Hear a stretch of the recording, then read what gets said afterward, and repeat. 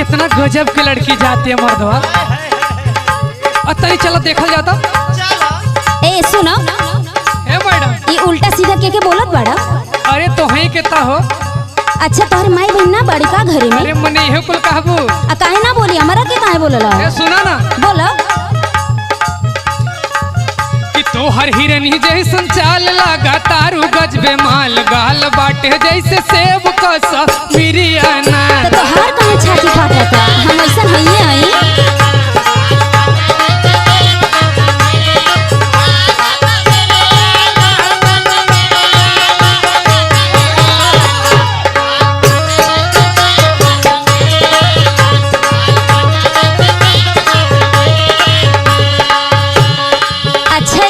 छिछोरा बड़ा का? अरे छिछोरा ना है हो, तब का तोहार दीवाना है।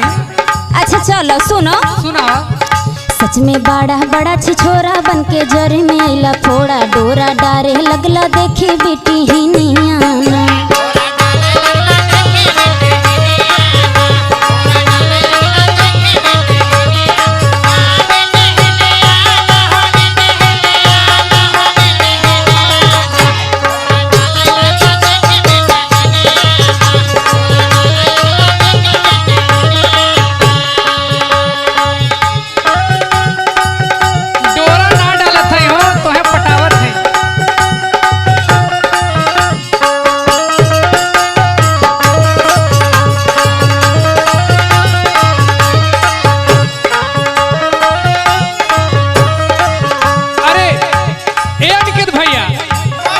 तनी देखा तारा हूँ मैडम कितना खिसिया तारी। अच्छा हटा।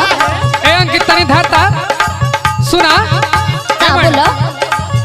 बाबा नवटी का जब तोहरा रूप के गोरी तोहके बुढ़ा वो भी देखेला छुप के गोरी।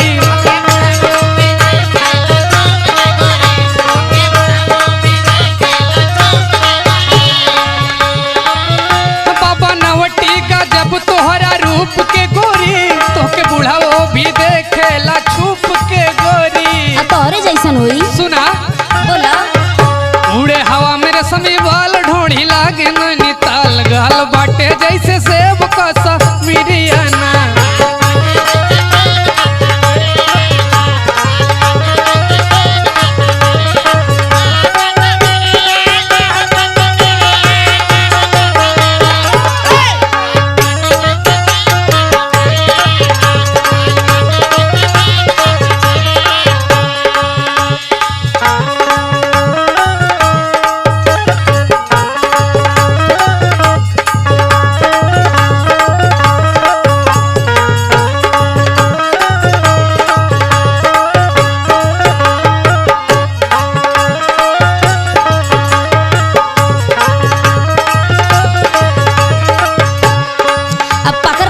करा तनी हमार सुनो।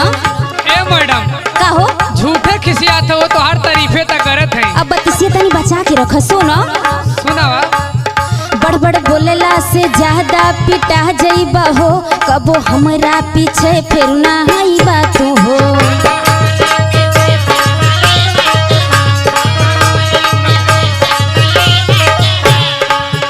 बड़बड़ बोलेला जे ज्यादा पिटा जइबा हो कबो हमरा पीछे फेरू ना आईबा हो।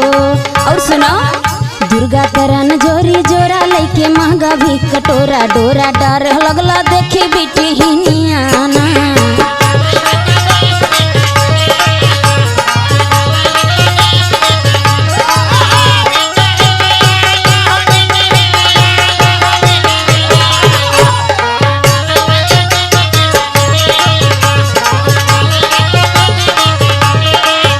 गाल बाटे जैसे सेब को समिरियाना डोरा डाले लगला देखी बेटी